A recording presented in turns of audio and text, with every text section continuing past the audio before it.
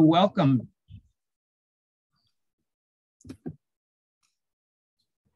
NOFA New Jersey is committed to connecting new audiences and beginning farmers with experienced organic farmers in New Jersey and in our region. Welcome to tonight's Adventures in Farming, adapting new strategies and technologies. Tonight's topic, the roller crimper, and attempting no-till planting in organic systems. We'll hear from organic farmer Ted Stevens and his family, a little about his farm and practices, why he's interested in the roller crimper, and how this trial season went. Also, Bridget Hilshe, an agricultural specialist at NJRC&D, has joined us tonight to share some of what they have been doing. The North Jersey Resource Conservation and Development Organization is working with North Jersey farmers exploring mechanical termination of cover crops and no-till planting systems. After we hear from them, we'll open up for discussion and questions. So to start, I'll turn it over to you, Ted, and your son. Maybe you can introduce him too, and just tell us a little bit about your farm. Okay. Well, first of all, I'm Ted Stevens. This is my son, Josh. My other son, Nathaniel, hasn't gotten home from work yet. And my wife is also involved, and she's in the other room. My family's been on this farm almost 50 years now. I started farming on my own in 1976, and by that I mean I got a youth loan from Farmers Home Administration to get started on my own.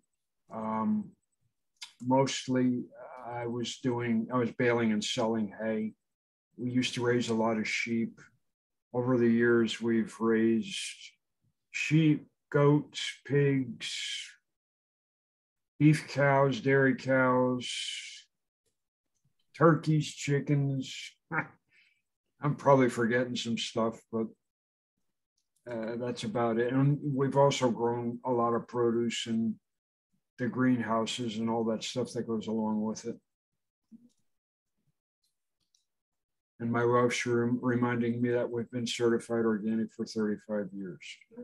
30 years. How did you choose to be certified organic?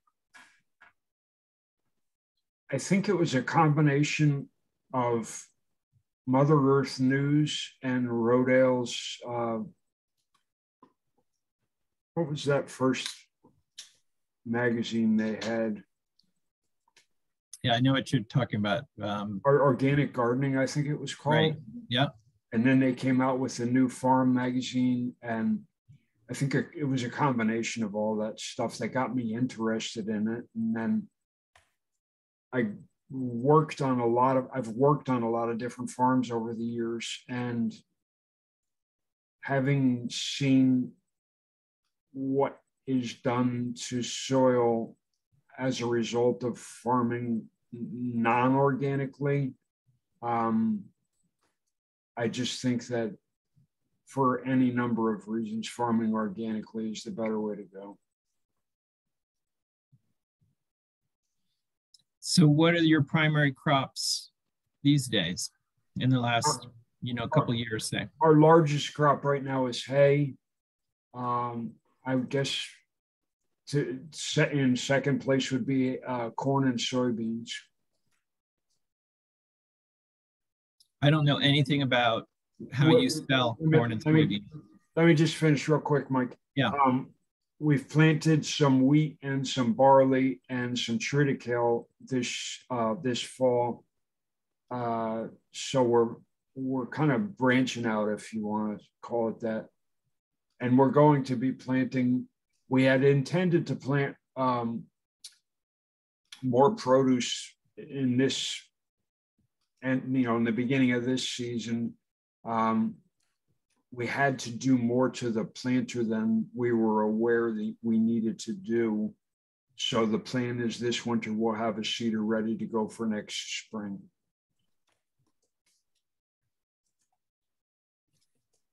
So just to break that down a little bit, the corn and soybeans is, can you share where you sell that crop? Is that something that's sold to for feed, or is it something you guys feed? Right now, we use some of the corn ourselves, and we will use some of the soybeans also this year. Most of that goes right on the truck and goes out to a mill in Pennsylvania. What is the name of it? Cornerstone? Cornerstone. Yeah, we've been selling the stuff to Cornerstone Grain, and I think that all of what they buy goes into feed that they resell. Do you get do you feel like you get a good price as an organic product? Definitely. A lot better than conventional. Good. I'm glad to hear that. honestly, on the organic side of things, I feel as though our inputs, when managed correctly, I have to assume are far less than the average conventional farmer's spray bill these days. Definitely. Can you tell us a little bit, just walk us through the steps that you take to plant, say, the corn, and maybe we can talk about, because you guys use the roller crimper. This was our first year to use the roller crimper. We had wanted to do it before this, and I remember I think it was the year before we actually did it this year. We had the rye and everything. We were going to plant all the rye, and we got a lot of rain in the fall, and we couldn't get on the fields to get the rye planted. And then RC&D, I don't remember exactly whether it was advertised that RC&D was doing this or what, but we got involved with RC&D, and this was our first year to actually roller crimp and plant into it. We had actually gone to I guess it was a field day that Rodale had put on and saw their roller crimper years ago. And I'm very interested in the future of organic farming and how to make it competitive and less labor intensive, less soil compaction, less passes through the field. All just trying to limit your inputs as far as cost of production, costs to grow the crop. We've all been very interested in it for some number of years now. Our biggest issue with growing before we started to do the roller crimping, our biggest issue is being able to get into cultivate in a timely fashion. Both of my sons and my wife have jobs off of the farm. I'm the only one here all the time, and it's gotten to be a lot of ground that we cover, and it's a lot of work. Even if all of us were here, it's a lot of work. Yeah. That's the other thing, is the less time we can spend out in the fields, the better, and still hopefully yield a good crop. That's the nice thing about the roller crimper. Well, there's more than one nice thing about the roller crimper. You don't have to cultivate. You're building your organic matter. And what I always say to people is, forget about being certified organic. Organic matter is for any way that you farm, whether it be conventional or organic. But this year's organic matter is next year's nitrogen, is how I say it. And that's pretty much to the point. You're not only building your soil, but you're also supplying organic matter that's going to break down and supply nitrogen to you in following seasons. I think on my side of things, I really like the benefits, less soil erosion, because we have a lot of low ground, and also when it gets dry out, the low ground dries out just as quick as the high ground. It's nice to have that cover on top of it, because we saw firsthand this season, we had some really dry spells, and you'd go out there and you'd run your fingers into the mat of rye, and there was moisture right there on top of the soil still. Almost, there was a couple times it got pretty dry, but even still, you didn't have to go very far down in, and that soil was full of moisture, and it was healthy as could be. And I can't stand soil erosion, and I can't stand when it's all dried out, getting ready to blow away in the wind. I don't like that. In my opinion, that's not sustainable. Yeah. So it seems like one of the questions that, you know, the growers are going to be asking themselves is this technology something that they should explore? I think definitely, whether you're farming conventionally or organically, I think this is definitely something to look at. Can you guys describe what because you have a corn crop standing still, right? Because you said correct. Things are not drying down the way we would like. We have yet to have a frost up here, which is quite odd. The frost actually helps things dry down, and plus we've had a good bit of rain. Which doesn't help things dry. No. Can you describe the process that you went through from maybe even last fall? Because last fall you would have had to plant the rye crop, right? Last fall we planted the rye with a grain drill. This year we're going to plant probably some with a grain drill and some we're going to broadcast. And the reason we're going to do that is because I've been growing rye for 40 years or more years now. And what we used to do after we chopped the corn, we would run over the corn stubble with a disc harrow, just lightly. Then we'd broadcast the rye seed over it and run over it again lightly with the disc harrow just to cover it up because we didn't have a roller at the time. And it grew very well. But most of that was harvested, though, in the spring before the corn was planted in the form of we would green chop the rye and feed it to the cows. And you would usually get 2 cuttings of the rye off of it before you had to plow it up and plant the corn. The second crop wasn't, the second cutting, I guess you want to call it, was not as heavy as the first, but still you would get 2 cuttings off of there. Nathaniel's here now too. It's my youngest son, Nathaniel. Nathaniel and what, Joshua? Joshua? Yep. Thanks you guys for joining us tonight. It's actually my first Zoom ever. Oh, I thought you said you'd done this before. I've never done on Zoom. I don't like technology. Okay. I like the so that's interesting, right? Because you guys are adopting the new technologies. So, right. I mean, there must be some balance there.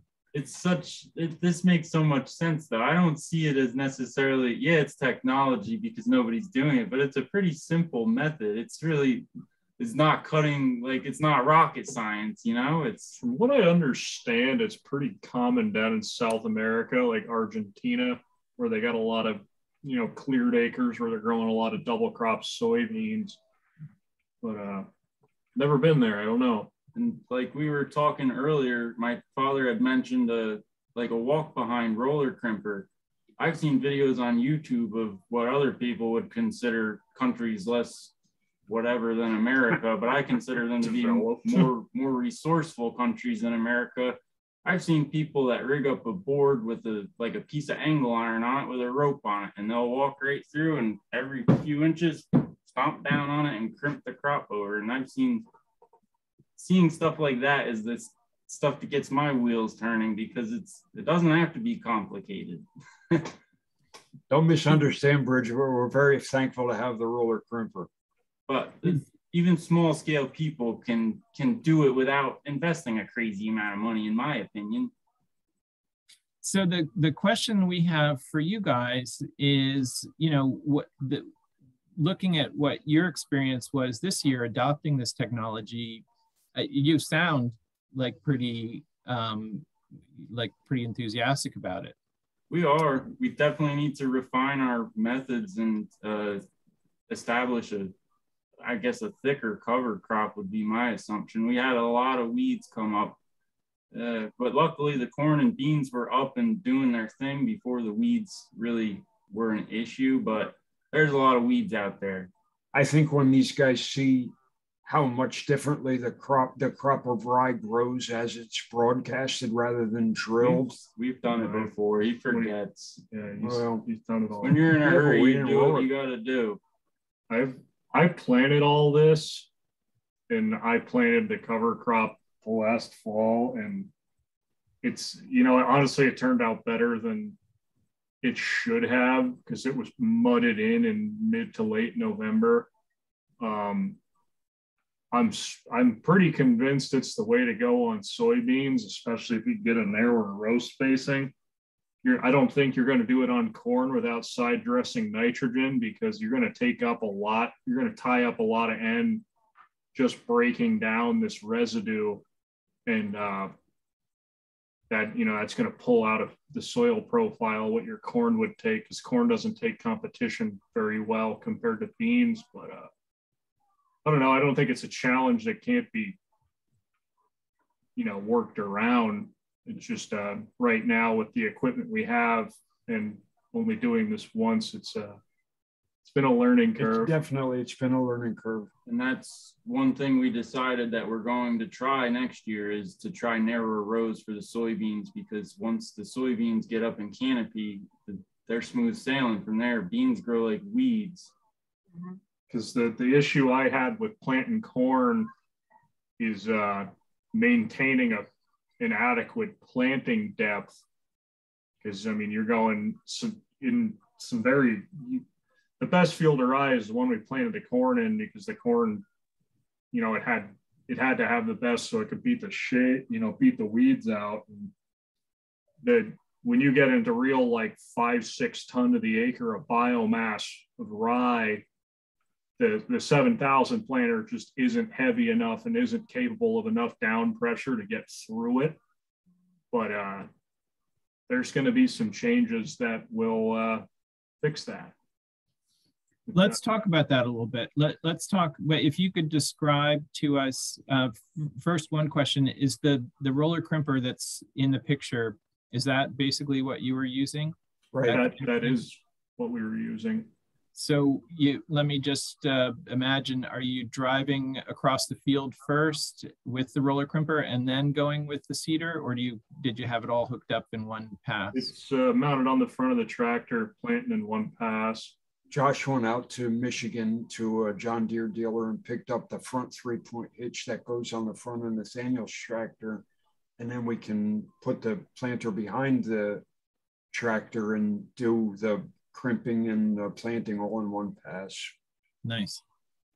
And then, so did you have to make modifications to your planter? And maybe you could talk a little bit about that, talk a little bit about what Nathaniel did that. That's so that's my baby there. That's a 7,000 conservation frame John Deere 4-row 30-inch spacing, which is a bit absurd on a 200 horsepower tractor, but it gets the job done. It came with Martin full floating row cleaners on it with just spiked wheels. And I changed it over to a Yetter. They call it a shark tooth wheel. It's like a razored edge, looks like a shark fin instead of a spike, because that'll actually cut through the residue. And it does a really good job of it. I never wrapped up anything on that planter in 50 acres of this spring. And then to try to... I'm sorry, let me stop you for a minute and see if what this picture is what you're talking about. Is that? That's a closing wheel. That's a Martin closing wheel, but. So what were you talking about? You were. It's in front of the row unit. I should have put a picture up of it, but I'll be honest, I totally forgot about it. You go back, Mike, you have the rigid row cleaner with spikes. It's like second in, second row down. That's what they replaced. They got a much better version of that. Yeah, mine just floats along the ground.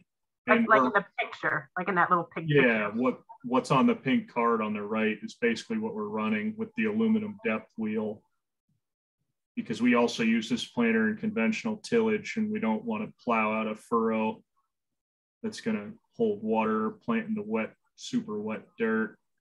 We're running a a 13 bubble coulter with a straight edge, because we figured that'd be less surface area, so it'd require less down pressure to cut through the residue.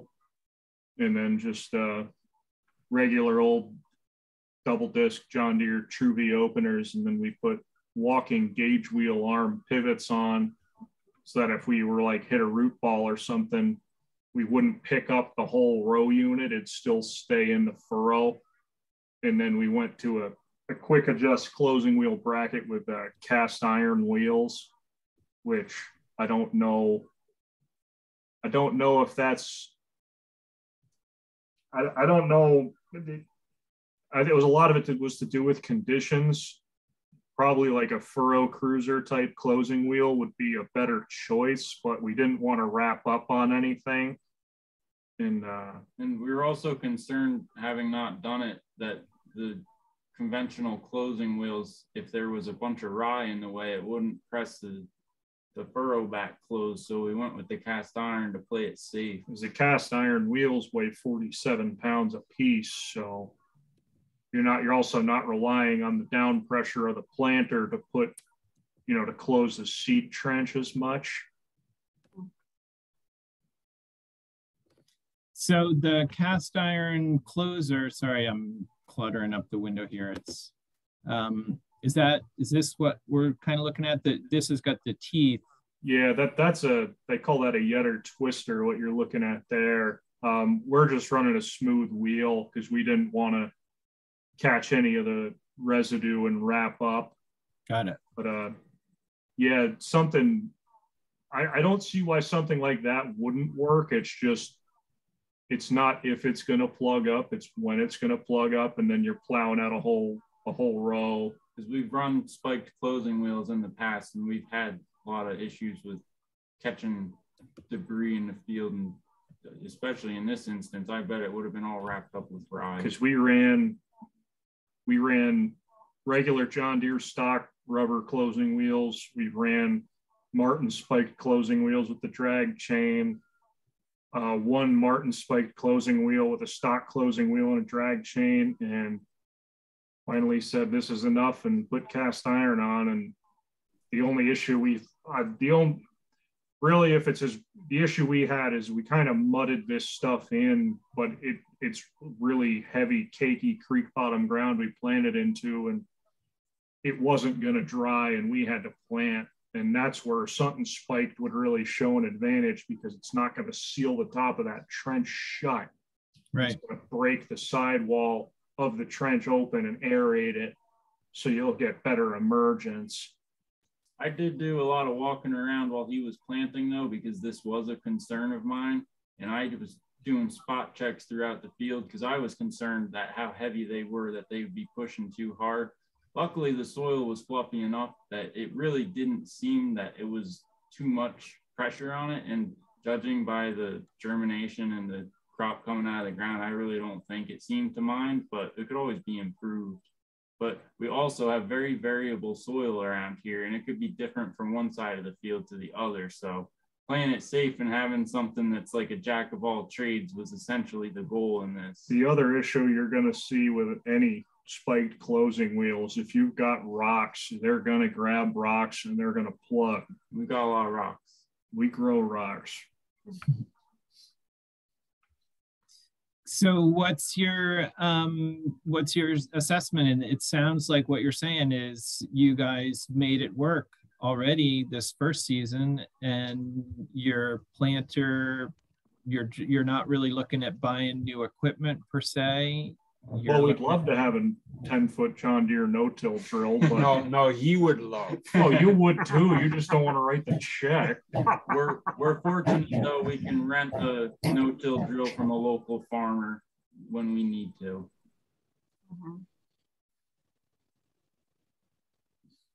The only thing changing on the planter this winter is going to be a pneumatic down pressure system and a second liquid fertilizer placement system to band nitrogen off the corn row. And in case anybody's wondering, the liquid fertilizer that we used this year was fish emulsion. What we've used prior to this year was liquid fish hydrolysis with sodium nitrate.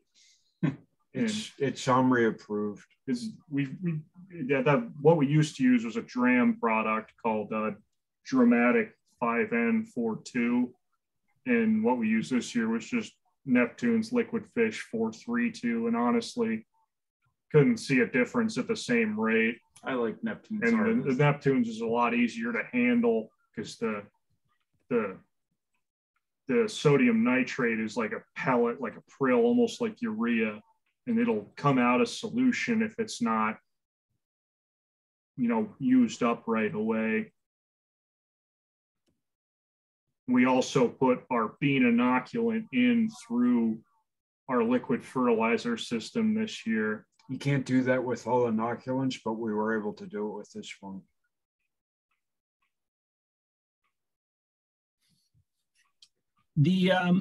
I'm just trying to look at these pictures to look for the mix between the coulter and the row opener. Maybe I sort of feel like you mentioned all that. So the action of the seeder going through the cover crop first has a slicing coulter. Yeah. And then a row opener, which kind of pushes the trash to the side. Well, the opener cuts the seed trench, and then the yellow wheels are what you set your depth with. And then the seed drops down in the furrow. Yeah, the seed drops down through the seed tube, and then it's closed with the closing wheels. And I don't know if anyone on here is running a John Deere planter, or really any planter with parallel linkage, like what you see up in the top center left above that no-till coulter, like right where the mouse is underneath that, where that down pressure spring. You can lose so much yield from having worn parallel arm bushings on one of these planters.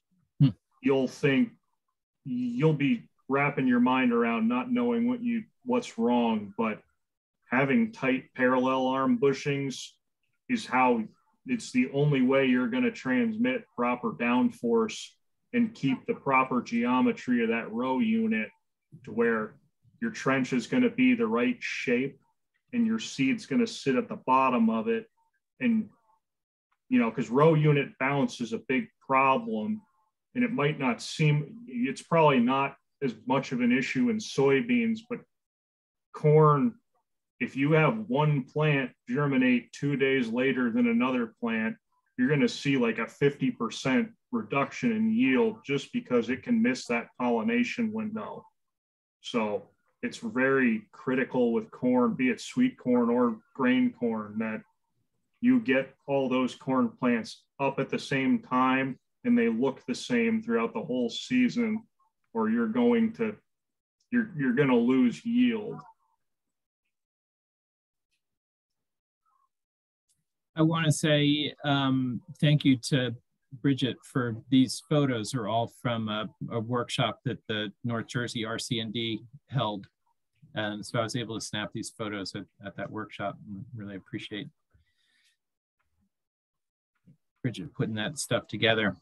And so I can't thank you guys enough for taking the time to tell us about your experiences. And my takeaway is that you have been able to adopt this new technology, and you're going to keep working with it. Yeah, we don't plan on any conventional tillage for soybeans in the future. Have you guys considered planting and then rolling over the beans? It's something we talked about, but I'm not sold on that. It's not something it was more of a timing issue this year than anything else. And the other thing is we both work full-time off the farm, so it's just to explain, I've watched videos. There's plenty of videos on YouTube about roller crimping and soybeans, and I forget where it was from. I'm not good at remembering all this stuff, but it was one of the universities somewhere out in the Midwest. They did a trial and they roller crimped the rye after the soybeans came up, and The unfortunate thing about their video is they didn't go into great detail about how the season turned out for them as far as yields and weed suppression and all that. But from what I saw from the pictures that they did update, it looked like there was a lot of soybean plants that never bounced back from that traumatic experience of being crimped. But so, the thing with beans though is beans, looking at a bean plant isn't an accurate reflection of what that bean plant's going to yield. And my experience when I was at college, when we were growing beans up there, is we would roll beans in the third trifoliate after they were up just so we could plant them sooner. We were no-tilling them into corn silage stubble. And sometimes, like we did split trials, and you'd see a 15 bushel yield difference, because beans are more of a weed than corn. They're a broadleaf. Yeah. And when weeds get stressed, weeds put on more seeds. Corn's a grass. Corn doesn't do that. Corn wilts and dies. So there's some merit to it. It's just that it's not something I'm comfortable doing. Like, it's something I'd be splitting hairs the whole time. But we would definitely try a test plot of it, but I'd rather do narrow rows and eliminate all of it right off the bat right there. I think it'd be I think you're right there. I think the narrow rows a good way to beat weeds. It's just, I think it's more on a field to field thing, because a lot of the issue we had this spring is being dry enough to get in, when the crop's got to get in the ground when it's got to get in the ground. And you got to catch as much long daylight as you can before whenever the summer solstice is and the days start getting shorter. Yeah. Yeah, the other thing, I mean, I guess I can give my little spiel. I'm gonna just give my spiel. Yeah. Thank you guys, Stevens Farm, for your presentation. And jump in as we go. But Bridget, why don't you take the lead here and tell us a little bit about what you do and your organization and thoughts from these guys. Yeah, I mean, we're just so grateful to be working with the Stevens family. So this whole thing kind of developed. Our organization applied for an NRCS-CIG grant. We got awarded almost $1 million. About half that money went to supply farmers with the equipment they needed to be able to try different kind of termination spring management. So a lot of people were planting green, so planting into a cover crop and then killing it with herbicide. We had quite a few people try roller crimping, and then some were grazing cover crops. Has been really successful. I'll just talk about the organic people though. I think there were, how many people that were organic roller crimping? Only three. Four. Four? I said there needs to be more. There does need to be more. I know we had expected more, but we just didn't have as much interest as we had hoped.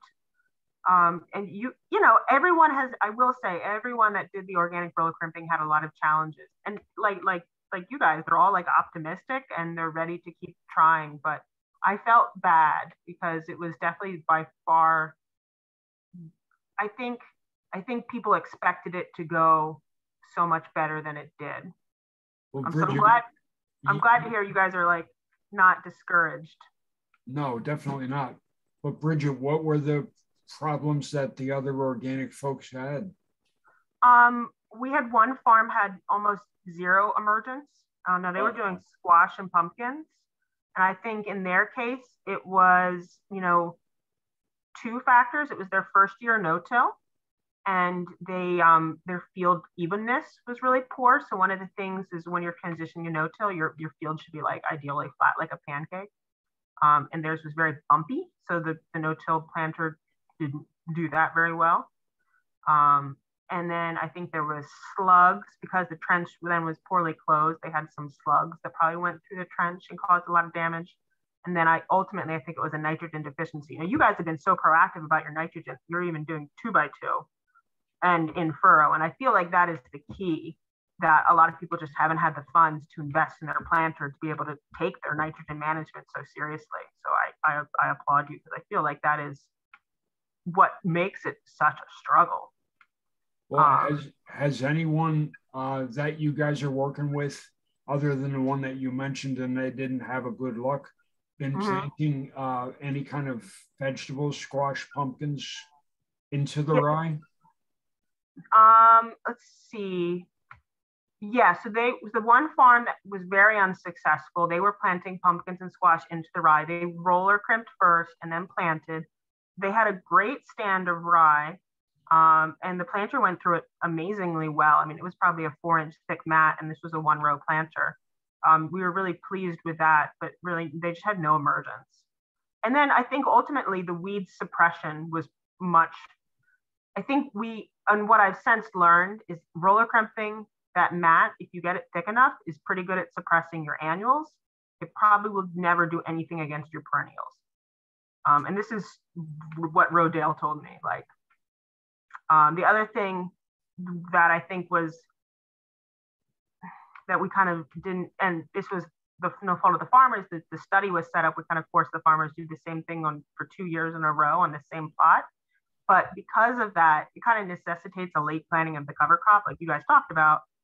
And then I think what they're finding is that the ability to form a good mat is so much more, not so much about how many seeds you're putting down. So Rodale's only putting down like 1.5 bushels of cereal rye, so not a ton, but they're doing it so early that they're getting so much tillering, which I thought was fascinating. And so the nature of this study, that just wasn't even possible. So that is, I think, another thing that we would want to, the study would have to be improved to allow. And I mean, what Rodale told me is they're only doing this after wheat. And I think that's something that people miss, like that this thought that you could do it like 100% no-till. You really have to get that cover. Their impression was the cover crop has to be planted in the ground in September or like mid-October, which was kind of interesting. Anyways, I mean, I don't want to be a naysayer. I think it still has so much potential and it's amazing. But I'm grateful that we had the funds to offset some of the initial like risk of starting this practice, because I would feel bad for any farmer that, spent $10,000 on a roller crimper setup and then kind of expected it to go super well. I won't comment on that. I think something to be said, like especially what you mentioned about us adding fertility, is you can't replace healthy soil. Like you can add as much as you want, but if your base saturations aren't there, if your soil's been worked to death and whatnot, isn't the right pH, things have to be balanced for this to work right. And that's something we've noticed because we tried it on some of our best ground and some of our worst ground. Yeah. And, you really have to, it's not going to make an otherwise crappy field into a good field.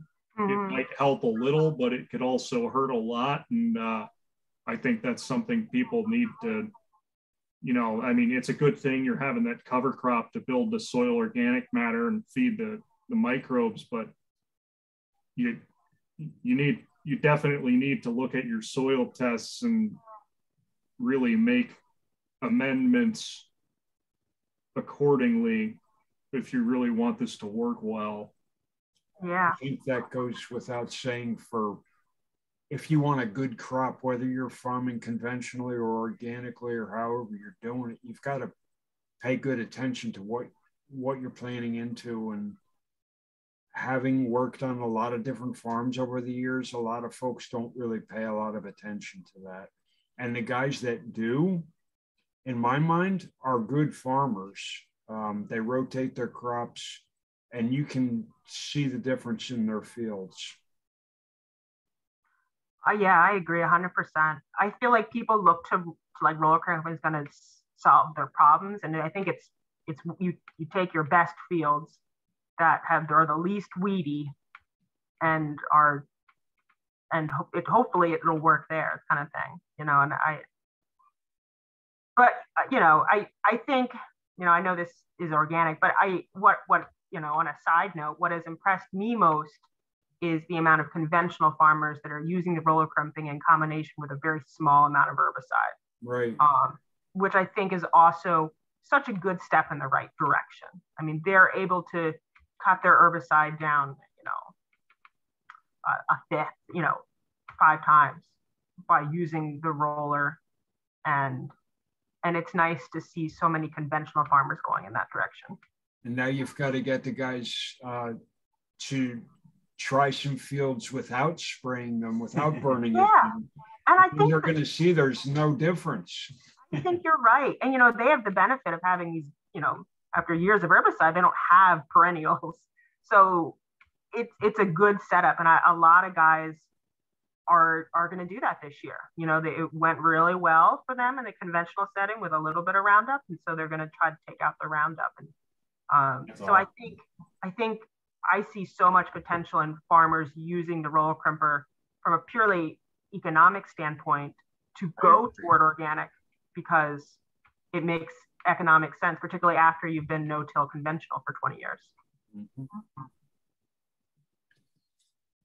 Bridget, any other sort of thoughts or sort of insights that you've gained from your attention to this over the last couple of years? I mean, it's really, really pleased with the work that you guys have done, and because I think it really is pushing the envelope, the conventional envelope, towards, we're all kind of coming closer together, I think, just focused on soil health. But so really anything, that comes to mind that you want to share, what North Jersey RC&D is focused on, anything from your trials? Yeah, I mean, I think we are learning so much in our trials. I think if anything, this has made me realize there's just this dearth of good practical information about implementation. I mean, you have to comb deep through blogs of people's experience to get this. And there's just not a lot of resources that kind of lay it out plainly, which I think is one thing we really hope to have as a deliverable for our grant.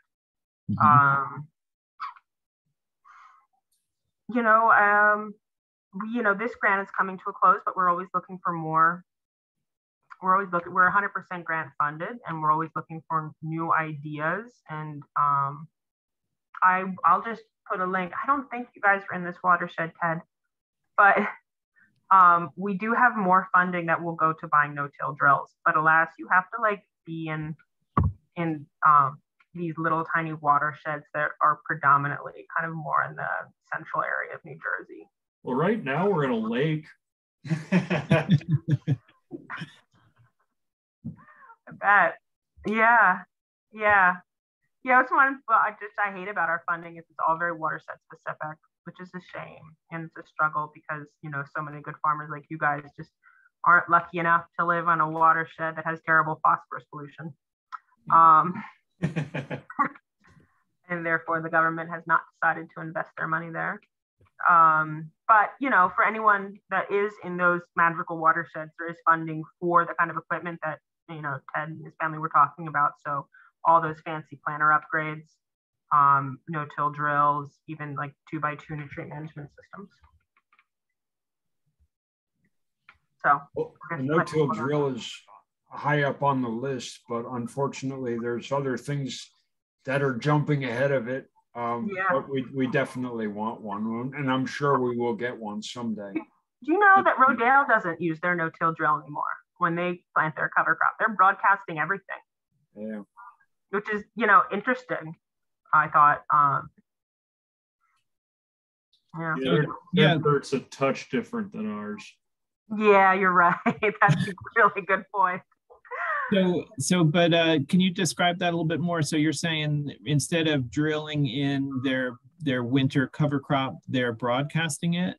Yeah, broadcasting and super lightly incorporating it. So they have some implement that just mixes it into the top inch of the soil. But they brought up a really good point. Rodale Farm's probably some of the easiest to farm ground in the country. Right. Sure. So we're not all that lucky. Maybe we should talk just real briefly about a no-till drill versus a not no-till drill. What do we mean by a no-till drill? You guys want to? Sorry. I mean, it's a conventional drill doesn't have the kind of implements it can only plant into, you know, conventionally tilled soil.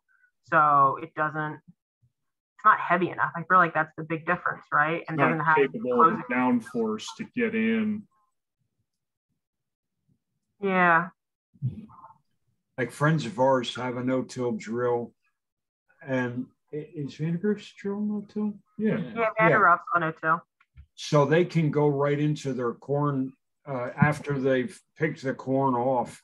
They can run their no-till drill right through the corn stalks, and it'll cut right through them. You don't need to be spending all that time, fuel, and everything to be clearing the stalks off the ground. And I think if fuel stays at $3.50 a gallon, you're going to see one here within the next year.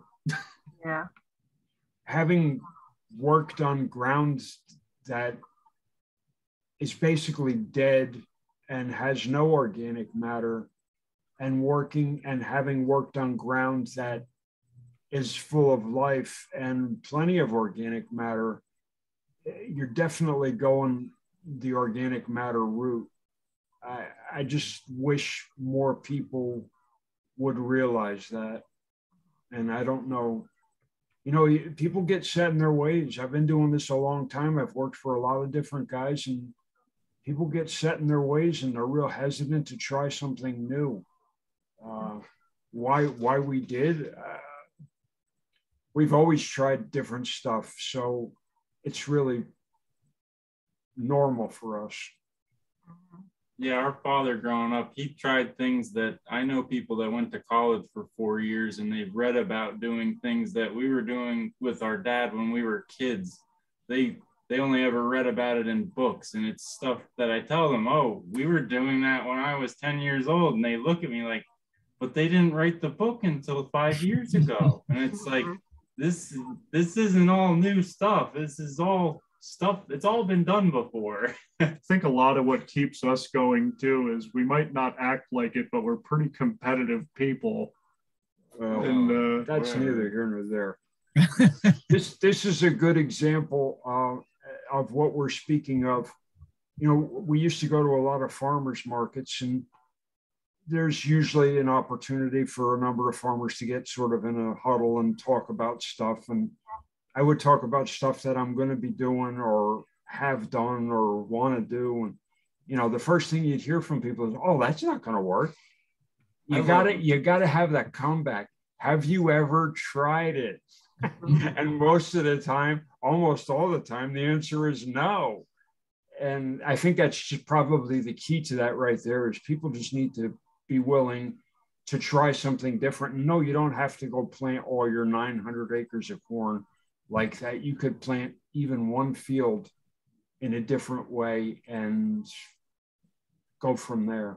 If anybody's looking for someone to really, who's done a lot of this on a large scale, there's a guy who farms in Indiana and Illinois named Rick Clark, and they farm 7,000 acres organically, all no-till.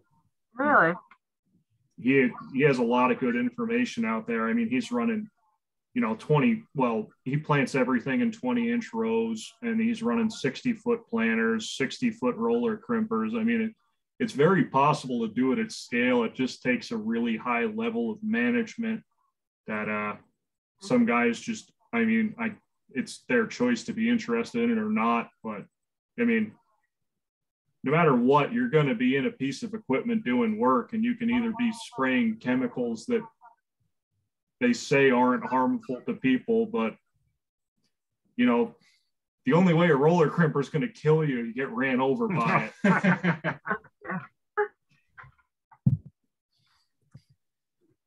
I really appreciate you guys taking the time and sharing your experiences and perspectives with us.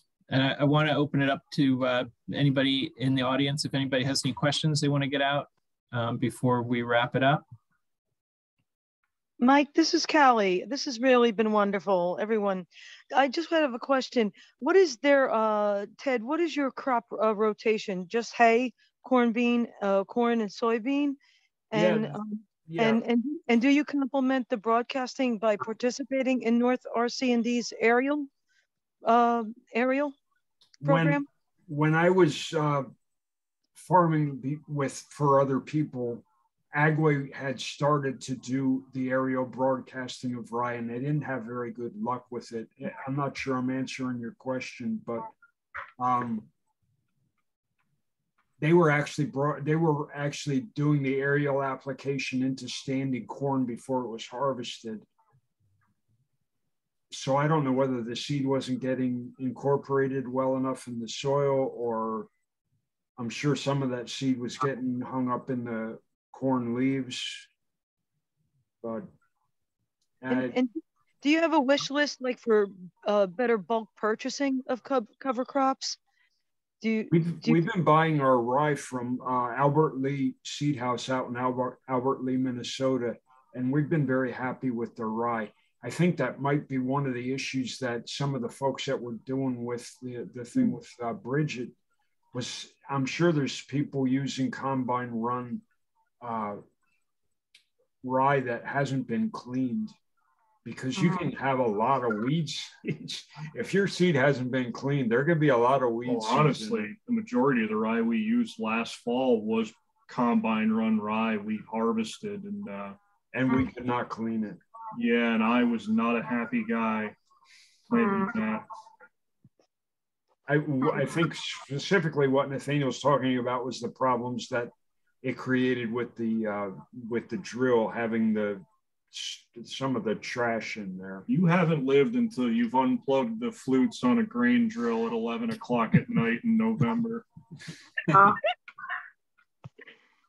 we've also added wheat this year, and I think that's going to be a good way to break up our rotation on our row crop ground. And in the spring we plan to broadcast red clover in like late February, early March, and then we'll have that clover crop producing nitrogen. We'll probably hay it for a year, and then that will provide nitrogen for the corn crop that will follow it the year after. So, guys, how many passes have you eliminated?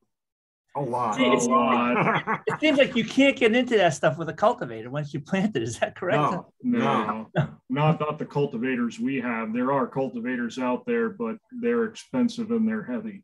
And on a side note, we were considering trying to pick up a no-till cultivator when we first started seeing weeds, but again, in my mind, that's not no-till. Even though it's a no-till cultivator, you're still disturbing everything. Yeah, you're only slicing it off and all that. But in my mind, that's not true no-till. And people argue with me about it, but I don't care, because at the end of the day, we're the ones doing it. I think if it was to a point where we had such an issue with weeds in the row that if we had to deal with it, we'd get something like that, because at the end of the day, we're a business and we have to make money. And, you know, we're not here to grow weeds, but that's something that's pushing us towards narrow row spacing on beans for sure. And I also had hatched a daydream when we started seeing weeds, and I don't know if it'd be of interest to anybody or if I'll ever even design the prototype that I drew up, but I had a thought that rather than use a no-till cultivator between the rows when you have weeds after your crop is starting to emerge, design a cultivator with individual roller crimper row units with some sort of spring down pressure and some sort of ballast to provide enough downforce to crimp and go between your rows of crop and roller crimp it again. I think with broadleaves that would work well. I don't know so much if grass was your issue, but it'd be something. I mean, there's not one thing we've definitely learned farming on our conventional tilled ground and our no-tilled ground is you need a lot of equipment to do this right. Yeah. Well, that's not necessarily, well, I guess that depends on your definition of right.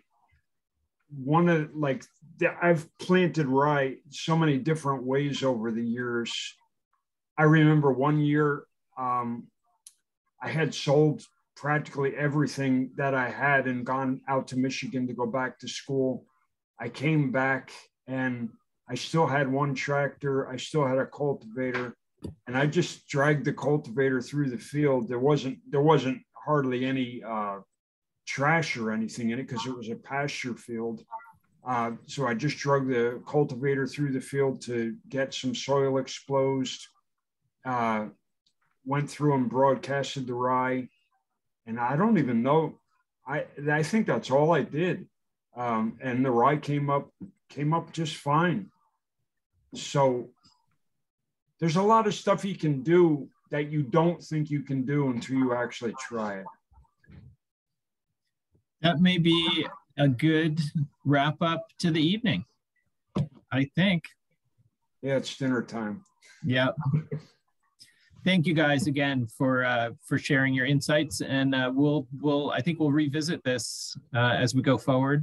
There's certainly lots more to talk about. Well, we're going to learn a lot more because, like we said, this was our first year, and I'm sure there will be a lot learned next year. And well, right. Yeah, I thought that was fascinating, guys, and I look forward to hearing it again. You know, after another year or two of experience. Definitely. Next year, we're going to spend more time documenting everything as well, as far as videos, photographs, and everything. We were a little overwhelmed this year. Yeah, thank you. And we're also adding more acres. I mean, we're always adding acres, but we're expanding quite a bit this coming year. And, we're hoping we can all make a living on the farm and these guys don't have to go to work someplace else. One day. All right, we'll vote for that too. Thank you too, Bridget. Yeah, thanks, Ted. Bye. Good Bye, night, everybody. Yeah. Thank you so much. Yeah. Yep. Mike and the geese, if